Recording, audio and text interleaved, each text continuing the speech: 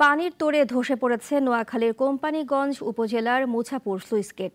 এদিকে ছোট ফেনী নদীতে নতুন করে ভাঙন শুরুর শঙ্কা তৈরি হয়েছে।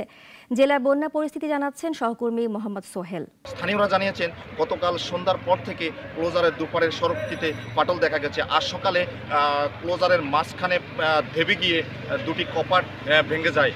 এতে বন্যার পানি ভাটার সময় নদীতে নেমে গেলেও জোয়ারের সময় নদীর পানি জেলার ভিতরে প্রবেশের আশঙ্কা রয়েছে।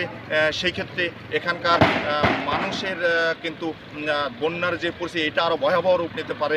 তো জেলা প্রশাসক দেওয়ান মাহবুবুর রহমানের সঙ্গে আমার কথা হয়েছে। তিনি জানিয়েছেন সকাল 10টার দিকে ক্লোজারের মূল অংশটি দেবে যায়। এতে একটি কপাট ভেঙে বন্যার যে পানি সেটি সাগরে নামতে শুরু করে। তবে আশঙ্কা করা হচ্ছে জোয়ার যখন আসবে তখন নদীর পানি জেলার ভিতরে প্রবেশের সংখ্যা রয়েছে। এদিকে বাংলাদেশ পানি উন্নয়ন বোর্ড এবং বাংলাদেশ সেনাবাহিনীর একটি ইঞ্জিনিয়ারিং টিম এই ভাঙ্গা পাটালটি সংস্কারের জন্য সকাল থেকেই কাজ করে যাচ্ছেন। অন্যদিকে গত এক সপ্তাহের ভারী বর্ষণে নোয়াখালীতে এখনও লাখ লাখ মানুষ পানিবন্দী রয়েছে।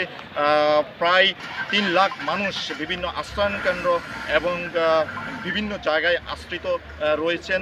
অন্যদিকে বন্যার কবলে পড়ে এ পর্যন্ত জেলায় প্রায় 5 জন ব্যক্তির প্রাণহানি হয়েছে। তো এই ছিল নোয়াখালী থেকে আমার কাছে সর্বশেষ।